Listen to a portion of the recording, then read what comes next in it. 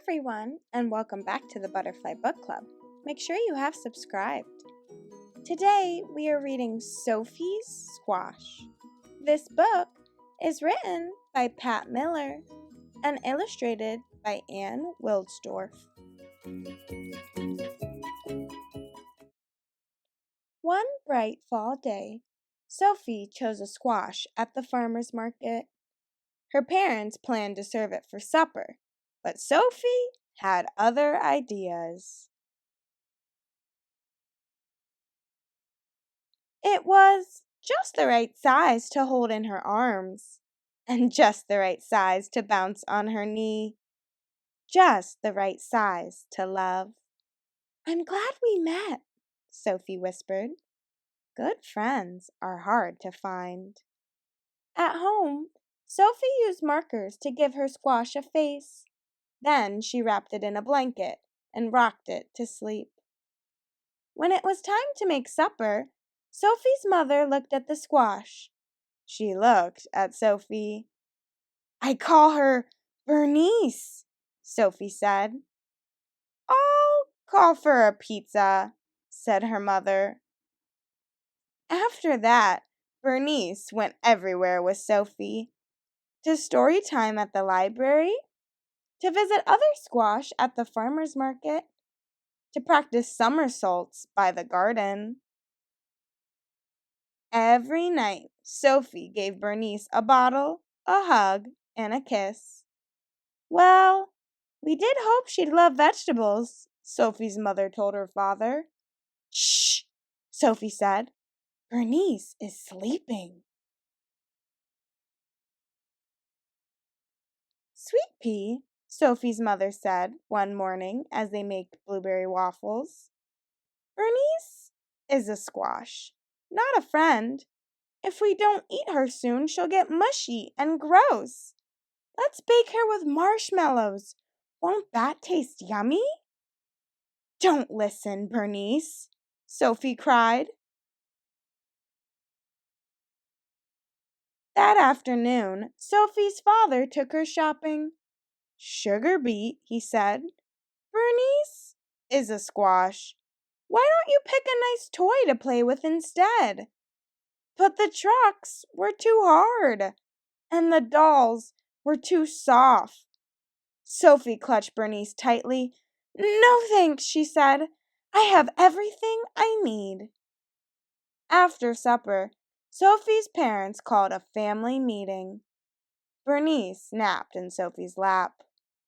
"Why don't we donate Bernice to the food pantry before she rots?" her father suggested.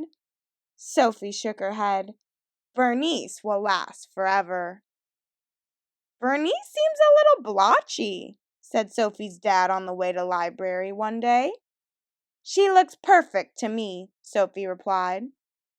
At story time, kids pointed and stared. "What's that Spotty's thing?" a boy asked. "Her name is Bernice, and she's a squash," Sophie said, "with freckles." "Maybe Bernice should stay home next time," Sophie's mom suggested. "Why?" Sophie asked. "She wasn't the one being rude." Still, as summer neared, Sophie noticed a change. Bernice seemed softer, and her somersaults lacked their usual style. "Visiting friends will cheer you up," Sophie said. At the farmer's market, squash were everywhere. Firm, shiny squash. "What keeps a squash healthy?" Sophie asked a farmer. "It's simple, really," he said. "Fresh air, good clean dirt, and a little love." Well, Sophie thought, I have all that. At home, Sophie cleared leaves from Bernice's favorite spot. She made a bed of soft soil, tucked Bernice in, and kissed her good night. "Get better soon," she whispered. That night, while Sophie slept, the wind whistled and tiny snowflakes fell. When she awoke, the world was covered in white. "Do you think Bernice is cold out there?" Sophie asked her mother.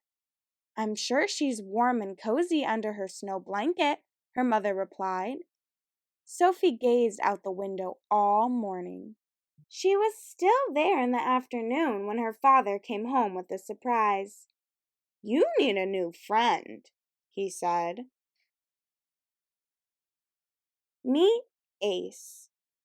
Ace was nice, but boring. He just swam around and around in his bowl. But during the long winters, Sophie discovered that Ace was a superb silent reader who did fabulous flip turns, and he always listened politely when she talked about Bernice. Bernice was great at keeping secrets. When the snow finally melted, Sophie rushed to the garden. The only thing there was a small green sprout. It looked strangely familiar. "Bernice," Sophie said, "how was your winter?"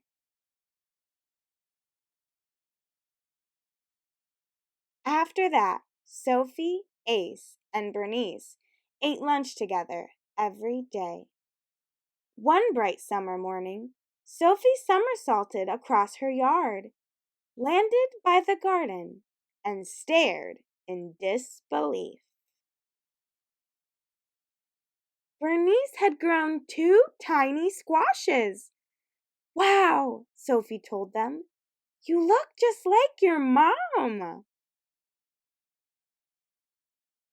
Soon, Bonnie and Baxter were just the right size for Sophie to hold in her arms and bounce on her knee.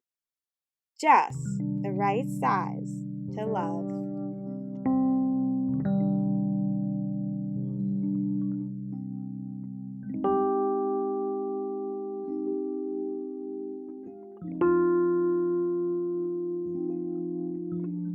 If you enjoyed this video, please make sure that you like and subscribe. Check out our other videos at the Butterfly Book Club on youtube.com, and also click the link in our bio to check out our website that has free learning materials that go along with all of our book read-alouds. Again, please make sure you subscribe.